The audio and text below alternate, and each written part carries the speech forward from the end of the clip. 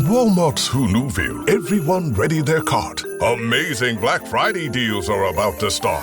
Online and in the app, such great deals to explore. Everything you love from tech, toys, and more. The days to save and the ones to remember. It's only the 25th to the 30th of November.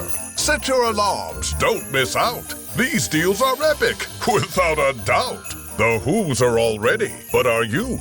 Walmart Black Friday deals await. Who knew? There is no hood like parenthood. Hi, I'm Kanika Gupta. I'm a former CNN journalist, mom of 3, including twins, and host of That's Total Mom Sense, the podcast. Now, if I had $1 every time I heard, gee, you have your hands full. On my show, I interview change makers on their life lessons, legacy, and superpower of intuition, which I call our Mom Sense and Dad Sense. I've had the privilege of working with Mom 2.0, March of Dimes, and the White House, and have had some pretty amazing parents on my show. Hey, what's up? I'm Kelly Rowland. Hi, this is Chelsea Clinton. It's me, Bobby Brown. Can't wait to share my story. That's Total Mom Sense is a production of the Evergreen Podcast Network. Be sure to subscribe wherever you listen to podcasts and on YouTube so you never miss an episode. To join my tribe, visit that'stotalmomsense.com and follow me on Instagram at Kanika Chadda Gupta. Now let's dive into today's episode. Help. I like my friend's ex. What do I do? How do you follow a gentle parenting technique while you're being physically assaulted by your toddler?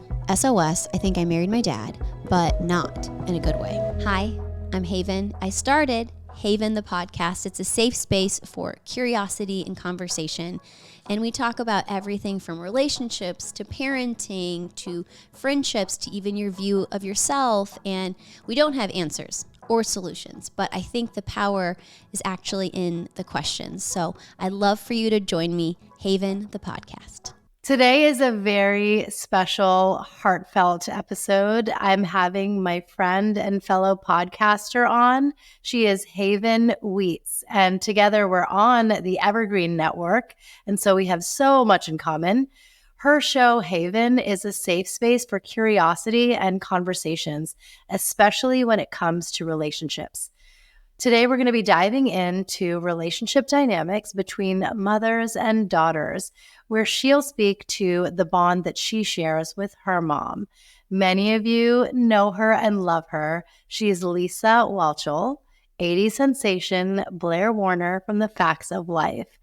Haven's going to shed her own facts of life with us on how to really foster a relationship that's lifelong with your mom and parents, and how she's doing that with her daughter. So this is going to be very fun and enlightening. Haven, welcome to That's Total Mom Sense. Thanks for being here. I'm so excited. I mean, we had that call, I guess, a couple weeks ago, and we just gabbed for like an hour. So I feel like this will just be a continuation of that. Yes. I want to start with your childhood. And something that you share on your website is you've been this curious person who would just ditch the whole family and follow the tour guide when you went sightseeing. And you've also had this entrepreneurial spirit where whether you're launching lemonade stands or your very own babysitters club with friends. So take us back to this time when you were a little Haven. Okay, so I think I was even given that opportunity because I was homeschooled growing up.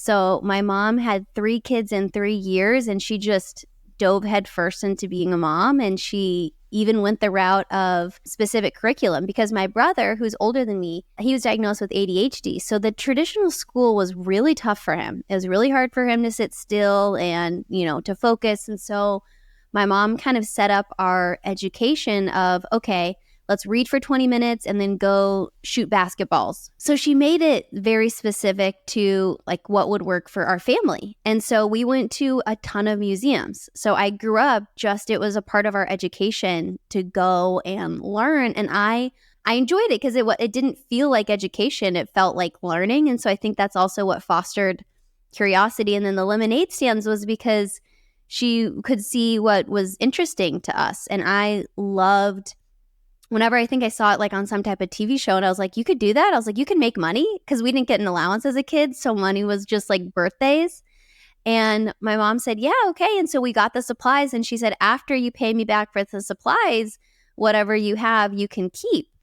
And I just was shocked. I had no idea money was that easy to make, AKA like just like making drinks and people bought it. And so that was just my favorite hobby as a kid with my best friends. And eventually we got our little sisters in where we told them to take wagons door to door to the neighbors while we jumped on the trampoline. So like we eventually were delegating ourselves out of working in the business and still making money. So yeah, I'd say that was like my first kind of entrepreneurial experience. What made her feel like, after your brother Tucker, that you and your sister Clancy would also learn at home? She always described it growing up as like young children growing up in a greenhouse of it's not a bad thing to shelter them until they're strong enough to stand on their own. And sometimes the world's elements come in too harsh and too strong to something that's a little too fragile and too frail and too impressionable. And so I think she kind of viewed it as, I'm going to keep you guys in a safe greenhouse until you're able to make some decisions that I think that wouldn't rock you when, the intensity of the outside factors come in. So I think she just saw it as, world's really tough. I'd like to prepare you as best as I can before exposing you to things that really could destroy your little hearts. And, you mentioned your faith, and I feel like that's really the cornerstone of your upbringing. Your father's a pastor, and, tell us about some of the values that they really instilled in you. Forgiveness is a big one, especially with siblings close in age. And I would say we fought a ton growing up. Like we fought so much growing up that I'm glad we're friends as adults. Like my birthday's coming up this week, and the only thing I want to do is go to Disneyland with my siblings. So that's what we're going to do Friday. So I'd say we're very close as adults, but as kids, like we fought tooth and nail. But one visual that really struck with me is my mom would always include like Bible verses as she was kind of teaching us things and even instructing us. And there was one time in particular where my brother he continued to say like some cruel things. And so my mom had him take a hammer and nail, go outside to the backyard, to the fence, and hammer these nails in. And then later she had him come back and they were all rusty and crusty and decrepit. And she was like, okay, like after a couple, days of them in the sprinkler. And she said, okay, remove these nails. She was like, okay, your words, you said those harsh things. And even if you say you're sorry and you try and remove them, look at the damage it left. Look at that's what is happening to your sister's heart when you say harsh things. And even if you say you're sorry after a while, there's still something left there. And so she would pair that with some scripture and give us kind of the visual there. So I would say it was just infused in everything she did. That is something that I definitely want to pass on to our kids, that is going to shape who they become as adults. And we need to let them know that, we have to respect each other's feelings and the impact that it has on our hearts. Yeah, even if it's siblings, it's those harsh words, they linger. Could you share, a gospel song that you grew up listening to that you still think of fondly? Yeah, when I think of my mom, I think of how she would sing, "'Tis so sweet to trust in Jesus." And the specific part is like, Jesus, Jesus, how I trust him, how I've proved him o'er and o'er. Jesus, Jesus, precious Jesus, oh, for grace to trust him more. And so that's kind of what I hear in my head when I picture, even a little lullaby. Oh, that is the sweetest thing. Well, she had all three of you so close together, and this just hits home for me because I had twins and then my third in 18 months. So I also Wow, girl. Are you okay? Now I am. Now they're 7 and 6, and I feel like it's like a whole new wind. Amazing. Yeah. But when we were, in the trenches, the 3 in diapers, we had 3 different colored bottles. I nursed them all. It was a fog. Has she told you about how she got through those days now that you're a mom? Like how did she get through that tough time? Oh, yeah. It's definitely a question I now ask as a mom. I was like, how? Like, that's just my only question is how? I have no idea. She did tell me, she was like, the saying of sleep when the baby sleeps? She goes, I'm not kidding. She was like, nothing happened in the house. She was like, I just, like, especially when, My brother Tucker came. She was like, I just would knock out when he slept, when you came. Like, so she really was a big proponent of like the nap schedule. Yeah. We took naps way later than we ever should have. Like, I would say we were taking naps up until we were like 7 or 8 years old. And then it was also just quiet time in the room. So I think the way she did it was she was very, very structured. And my mom's a really strategic thinker. So I think she just saw it as like, these are the blocks. She would have a literal Excel spreadsheet for us as like toddlers I found in a baby box, where it was like a row was each of our names. And then, the columns was each of our names. And the rows was like the time. And I would say it was almost like 15 or 30-minute increments where it's like, okay, when, Tucker's doing reading time, Haven's doing crafts, Clancy's taking nap, or like all of these things. And so I think she was just so specific and on top of it. But I would say it was just because her life was the kids that whole time, I think she just threw herself into it. I still to this day, I'm like, I don't know how you did it. One thing I learned from the podcast that you recorded with her, and we will tease this in our show notes because I can't wait for you to hear the interaction that Haven and her mom have. I love that she parented you all differently. You're your own unique individuals. And it's like she could pinpoint like, this is going to resonate with, my older one, and this is going to resonate with my younger one. And she made this analogy of like a box of crayons and was like, for Tucker, it's going to be just the main colors that you get in a standard box. I don't think it's like 7 or 10. And it's the fire engine red and the sunshine yellow. And it's what you see is what you get. And with you, she said, it's all the jewel tones. It's just those magnificent like midnight blues and fuchsias. And then with your sister Clancy, it's the fluorescent colors, the fun hot pinks and neon yellows. And I just thought that is so, so fun and brilliant. And like to know you could share that with your kid and then they'll see it too, that like we really are different and colorful in our own way. Yeah. And it also just felt like, one, good to be seen, to have your mom see something in you and speak words over you, but also the differences that don't equate to different values. She always said growing up, like, I parent you differently because you're different kids. And so she would parent each of us differently. So I was never the kid growing up to say that's not fair because we were all unique. And so she was going to handle everything uniquely with us. And so I think it also kind of set the tone that I see the differences in you and I value them, and I see the differences in your siblings too. Yes.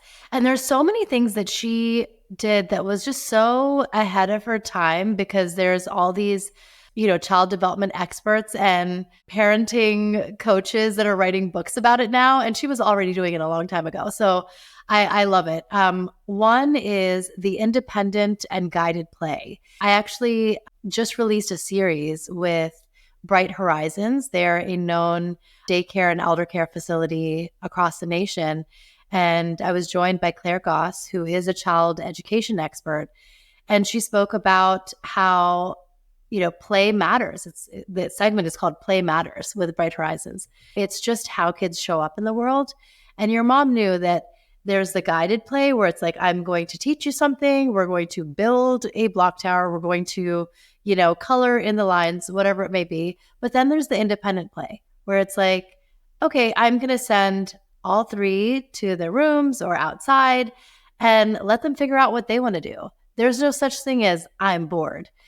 Use your imagination and your curiosity and don't be bored. And I love that. Can you take us back to those moments where you're like, yep, she carved out time for this, and this is what I did with my independent playtime? Absolutely. I think part of it was the necessity of 3 kids. Like, you just can't entertain 3 kids. And so how can we make that happen? But I will say, my mom had a group of girlfriends that came over for a game afternoon. I would say it was almost as frequently as like once a week. And it was during the afternoon. And they would send all the kids outside. And they said, you're not allowed to come in unless you're bleeding. And they're like, everyone else can figure it out. Like, truly, you cannot, even if we're having fights. And so we sorted it out, us and our, these kids, and we would just play. And so I think it just caused so much time for imagination. We had a pool. There was like a little design of like, you remember like the 90s, like designs of like dolphins on the bottom of the pool? Oh, yeah. Like, So we would go down with the dolphins and we were like mermaids, or, we would do something with pirate ships, or it gets a little dangerous when you let kids do independent play, because we would jump from the trampoline into the pool.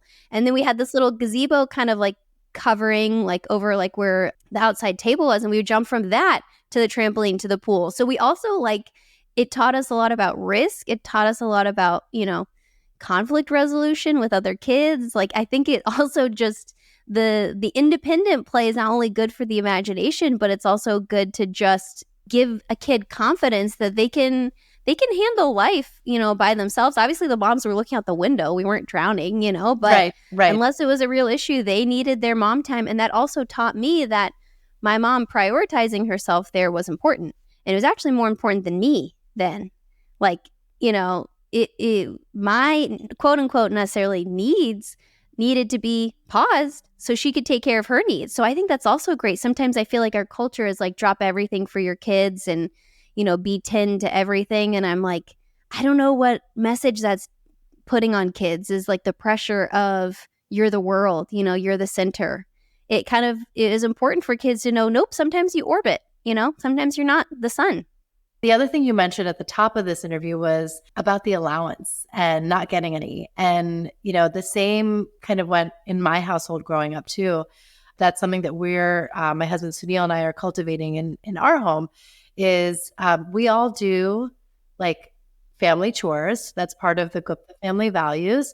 They don't get paid for that. And I think it's so important to teach that, because these are life skills, and you're just taking responsibility of yourself, of your cleanliness, of how you, like make your bed, maintain your room, because you're not going to get paid for that when you're an adult. You just do it. But then if you have something entrepreneurial like your lemonade stand, then by all means, because you used imagination and resources to come up with something new. So many kids did get allowance. It's like, oh, you mowed the lawn, here's $10. It's like, that just didn't happen in your home. So how did you reconcile that? Yeah, I mean, I think we just saw it as like, this is how we contribute to the family. It was never having like a monetary tie to it. I also want to add the caveat of we were privileged growing up. Like I never was hungry. Our fridge was full. And so I think that also, I can't deny that that's the factor there too of, birthdays, I would get gifts, and Christmases were wonderful. And so I also don't think it was like this deep, intense longing.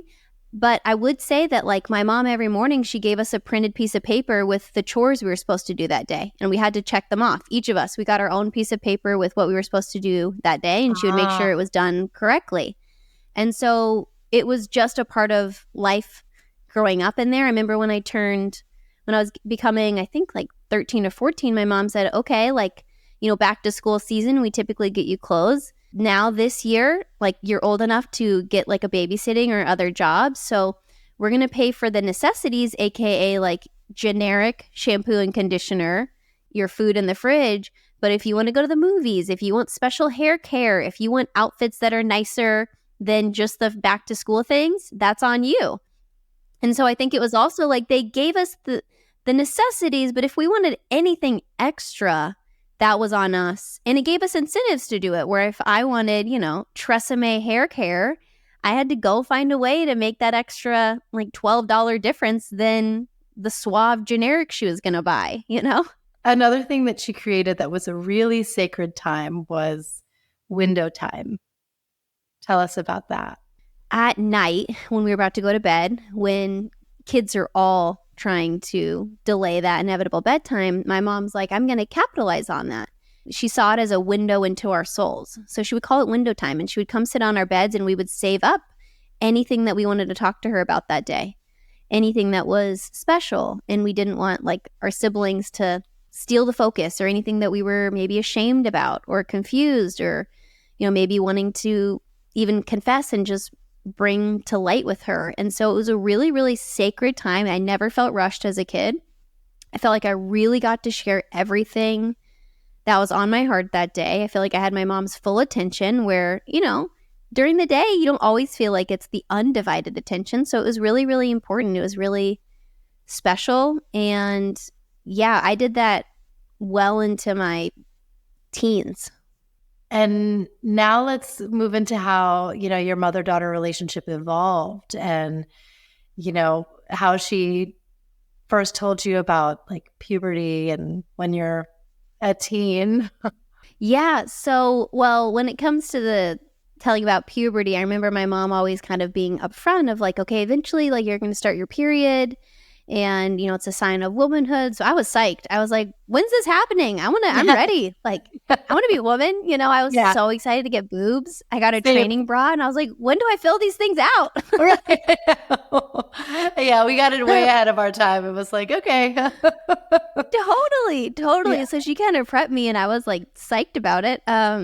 She continued to move the boundaries back and give me space that was age appropriate. A lot of my friends' moms never really moved the boundaries for each age, so they would feel confined and trapped. And even like when we were going somewhere, if we were driving and talking in the back seat, another mom chiming in, I'm like, what are you doing here? Like, you're not invited into this conversation. Like, I remember being like kind of like shocked when like other moms would involve themselves in their daughter's life unprompted.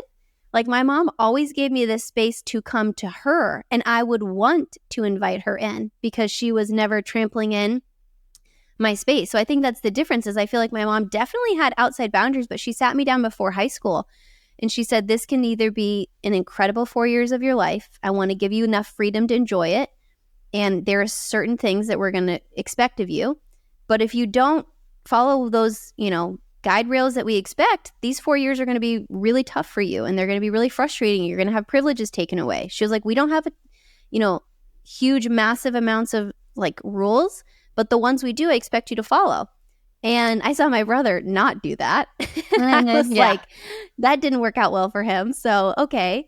And so even when I got my driver's license, I loved driving to school for like the first couple weeks. It felt so amazing, but I missed my mom driving and picking me up for our conversations. So at 16, I was like, can you please still drive me to school? I was like, I just miss it.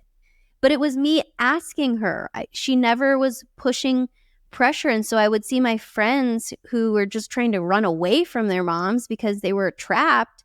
And I was like, yeah, she's there when I need her. I don't need her as much as I did before, but when I need her, I definitely need her.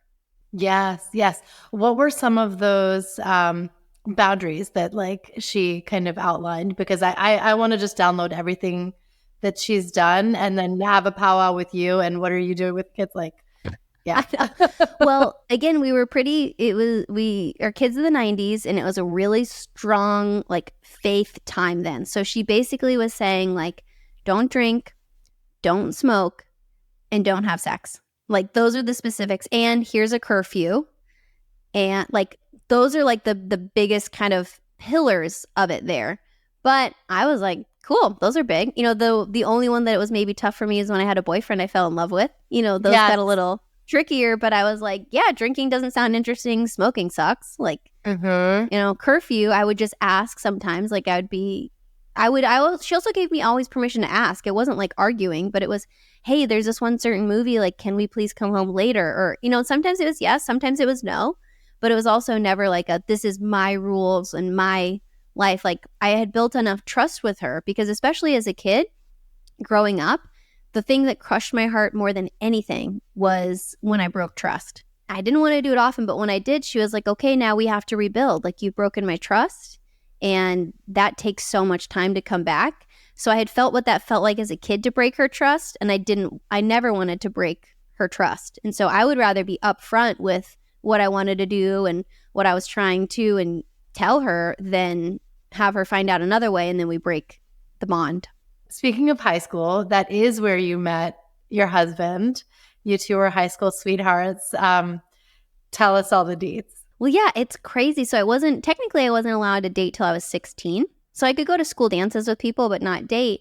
But again, I don't know if this is just my personality. I was like, awesome. Now I can just hang out with friends and not have pressure of like, who I'm going to date or who I'm going to like or who I'm going to let down. Like, it also, the boundaries gave me a ton of freedom. Like, the inverse of it was so much freedom. And so I just genuinely enjoyed hanging out with friends. Like, my husband now, his name's Aaron.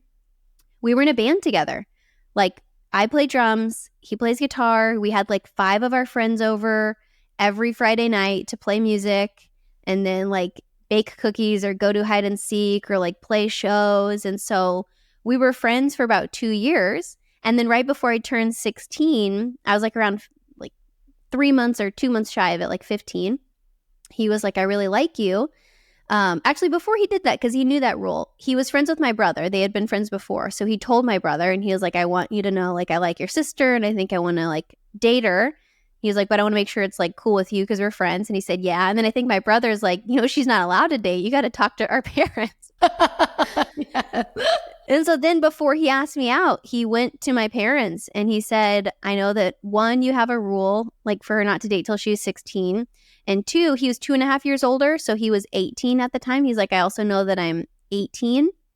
And he was like, obviously we've been, friends. And my mom essentially was like, we've known you for 2 years. Like, we know who you are.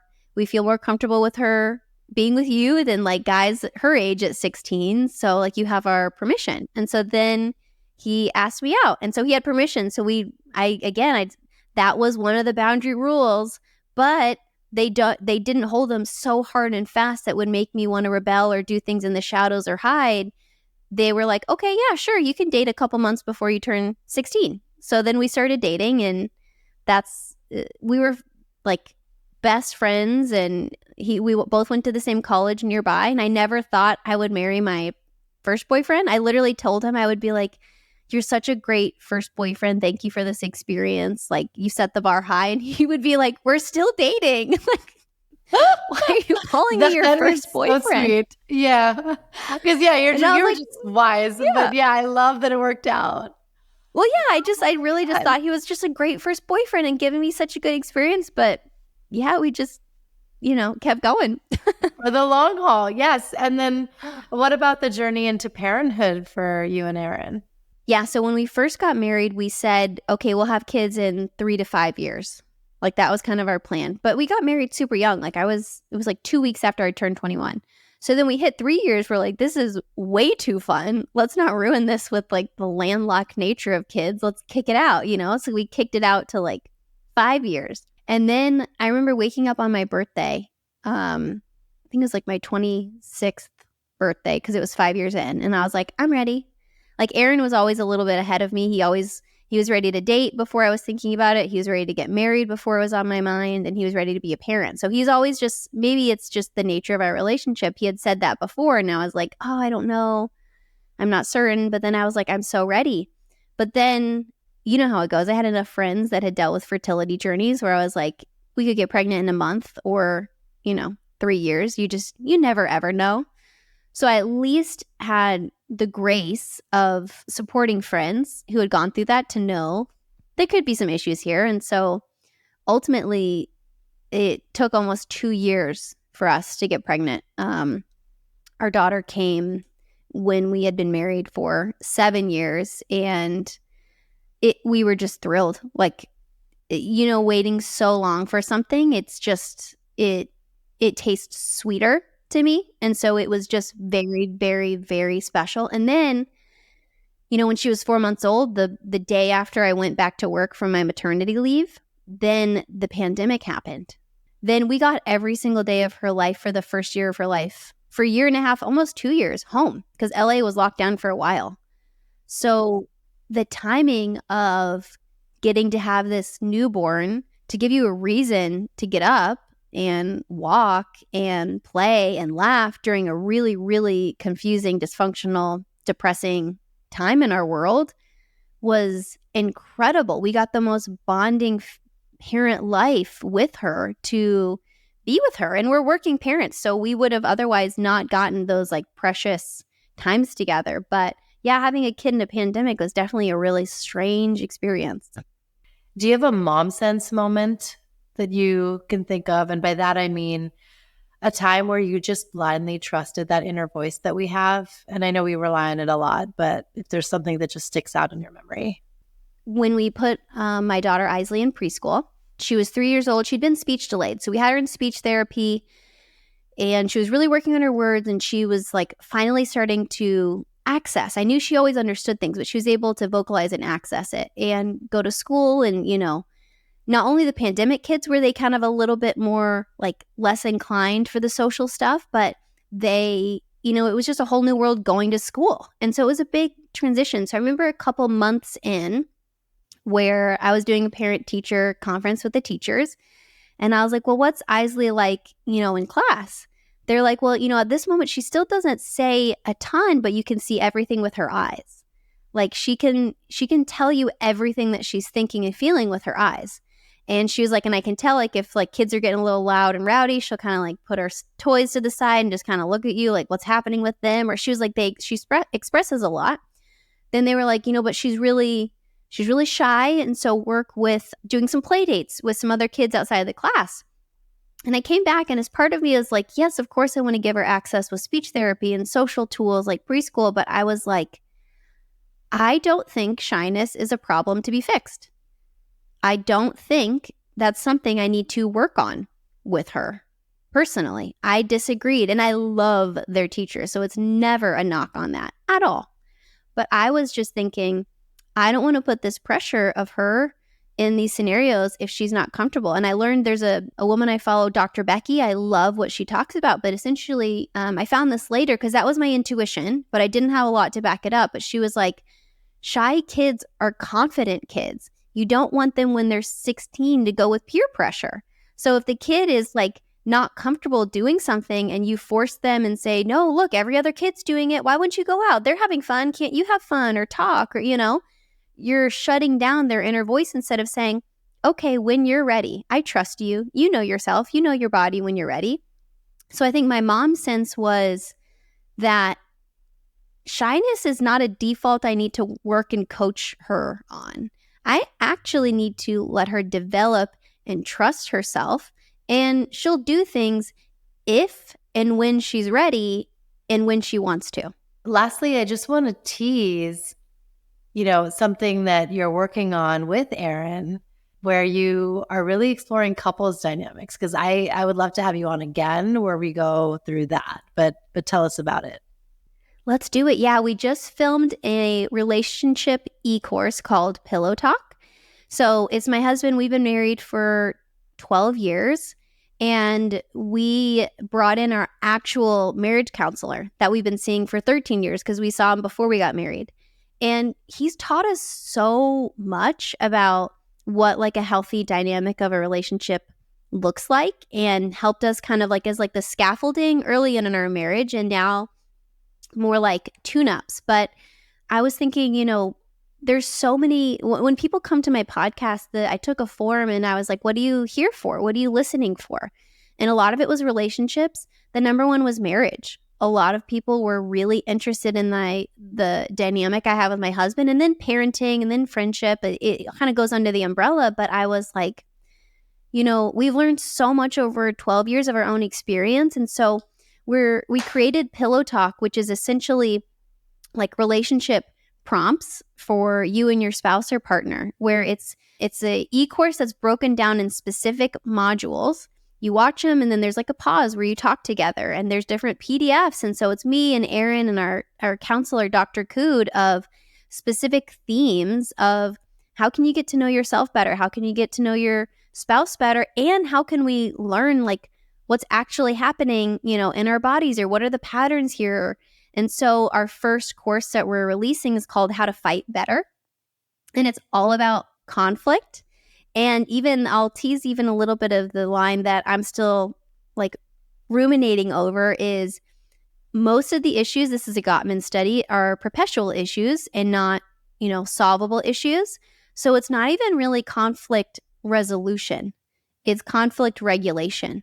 And how can we work on that together as couples? And so I'm so thrilled about it. I loved filming it. If anything else, if no one, purchased it, I was like, well, I learned a lot and I loved it. But I think it's going to be really, really cool for couples to kind of go together through it. And so my husband and I, we've done some premarital counseling for a couple other couples over the years. And so we also got input for them of like what helped you and what we talked about and what were the takeaways. So we tried to modify what we've done before, but then kind of make it online and accessible to a bigger audience. We can't do one-on-ones with every couple that we'd like to. And so how can we, make it a little bit of a broader reach?